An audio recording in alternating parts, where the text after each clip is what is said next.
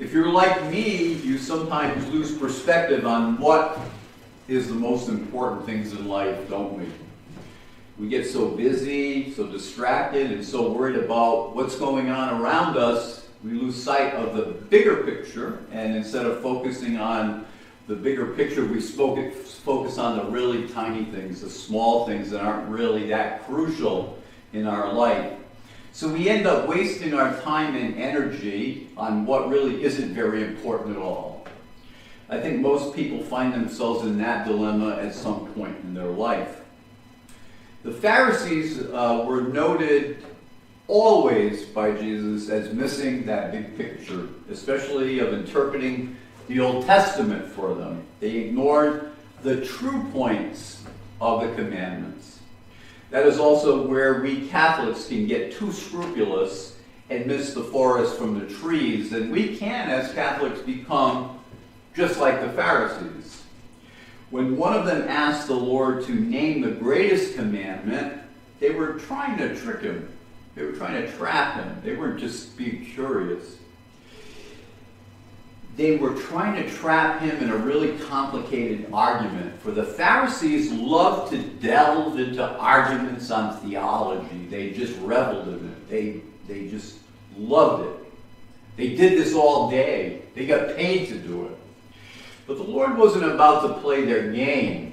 He wasn't about to waste any time and energy in pointless speculation on theology that served only to confuse people. Instead, Jesus goes directly to the heart of the matter.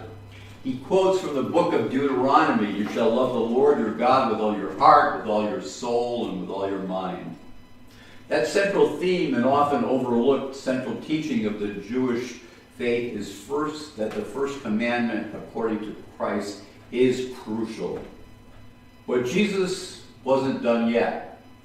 He added a second commandment that's like it, he says. And he pulls it from Leviticus. "You shall love your neighbor as yourself."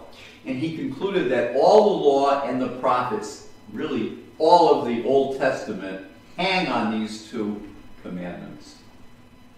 The 10 Commandments given to Moses and all the other legal material of the Old Testament, with all the prophetic teachings of Isaiah and Jeremiah, Elijah, Ezekiel, Hosea, Amos, and the rest of the prophets, grows from these two basic commandments. Jesus distills it down, he boils it down, and makes it real easy to love God with every ounce of our being and to love our neighbor as ourselves. Jesus goes to the heart of the matter, for he knew that the law and the prophets were intended to direct the people to a relationship with God, to a relationship with one another. In the Sermon on the Mount, Jesus said, "Blessed are the pure in heart, for they shall see God. Blessed are the merciful, for they shall obtain mercy. Blessed are the peacemakers, for they shall be called the sons of God." In other words, those who are blessed in the eternal life of the kingdom are those who have been purified by the love of God to the depths of their souls, and who show that love in their relationship with God and their relationship with others.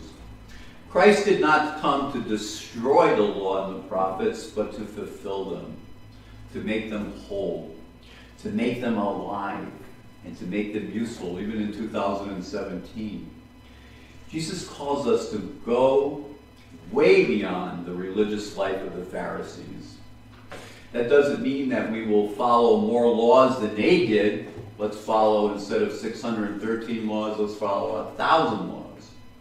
But that the meaning and purpose of the law is to be fulfilled in us.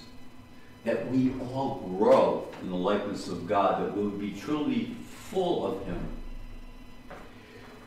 In this world, we don't see a whole lot of that.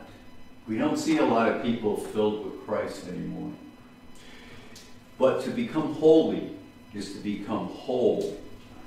I was listening to the news the other night, and the epidemic, the opioid epidemic in the United States, we're losing 37,000 people a year in the United States.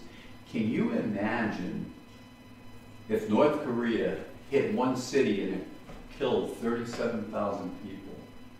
What the uproar would be. This is something that even has touched our own family and will touch all families at one point. We see the robberies that are happening because of the opioid epidemic. We see lives destroyed. We see death from it. The world, my brothers and sisters, along with the political climate, is very rough, very difficult. Probably the most difficult time in history.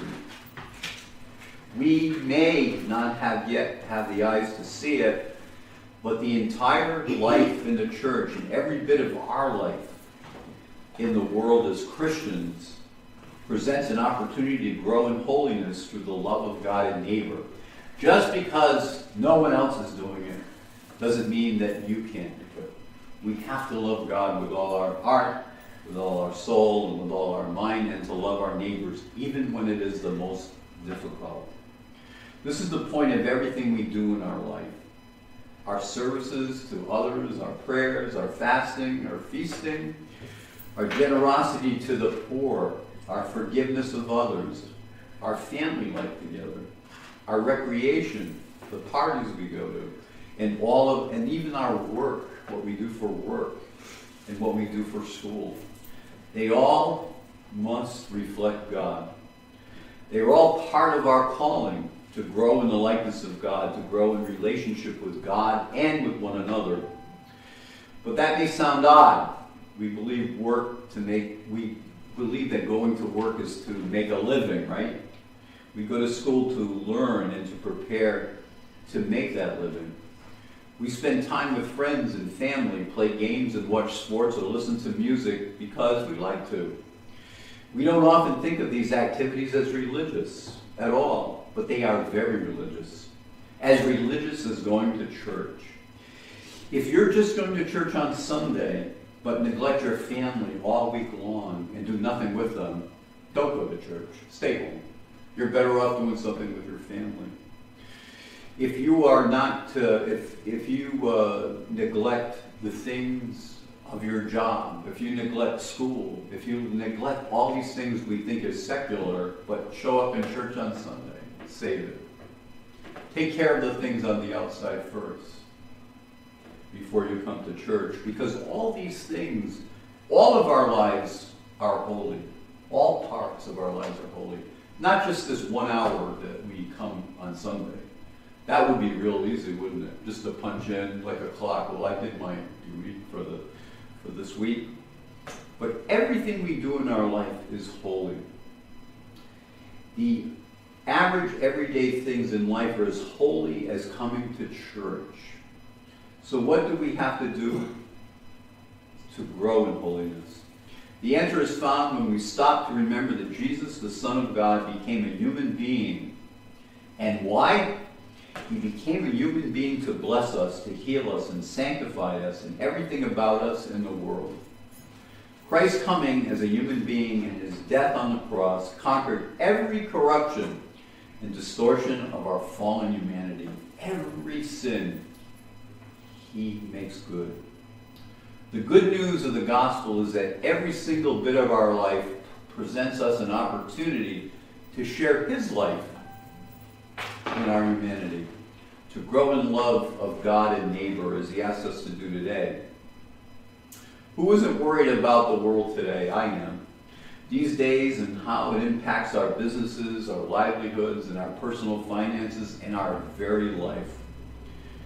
In difficult times, always they remind us not to worship the almighty dollar and not to look for fulfillment and peace in money or possessions, because this stuff that you store up, moths will eat, will turn moldy, will die. All these things that you try to store up will fall flat. There's only one thing, as Jesus says, only one thing. And that thing is him. We are called to love God with all of our hearts, all of our souls, and our minds, not to love wealth or worldly success, as some are selling. Even people in our government are selling this. We'd be all millionaires and billionaires if we follow this or that plan. Well, if we're following that, my brothers and sisters, we're following a big illusion.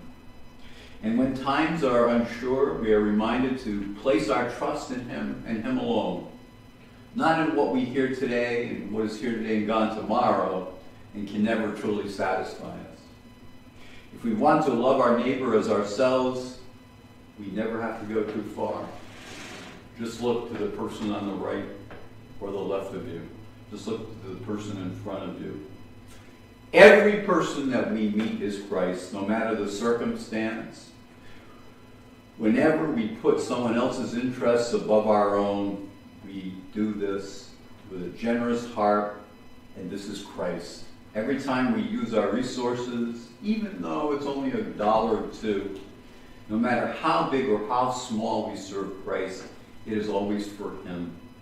No matter how old we are, what gender we are, what we do for a living, each day is a new chance to love our neighbor and to love ourselves and to love God.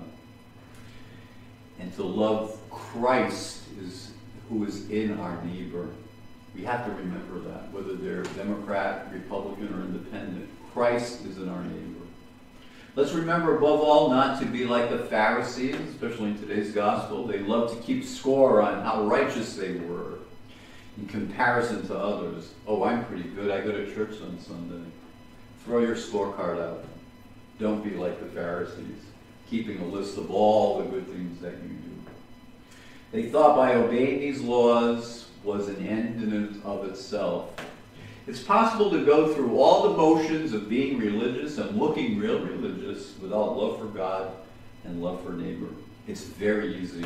We've all seen it. It's possible to miss the point entirely and to become a self-righteous, legalistic judge of others. But that's to miss the point. For if we fast and pray and come to church and lead upright lives, not in order to impress God or other people. We don't do all these things to impress God. God is not impressed. If you're doing that, you might as well stay home. We do these things to become humble, to repent, as we want Christ to change us, to change our hearts, to shape our lives in His image. The point is not simply to follow a bunch of laws that the church throws out, but to grow in love for God and neighbor. If you can boil it down to that in your life, you're doing okay.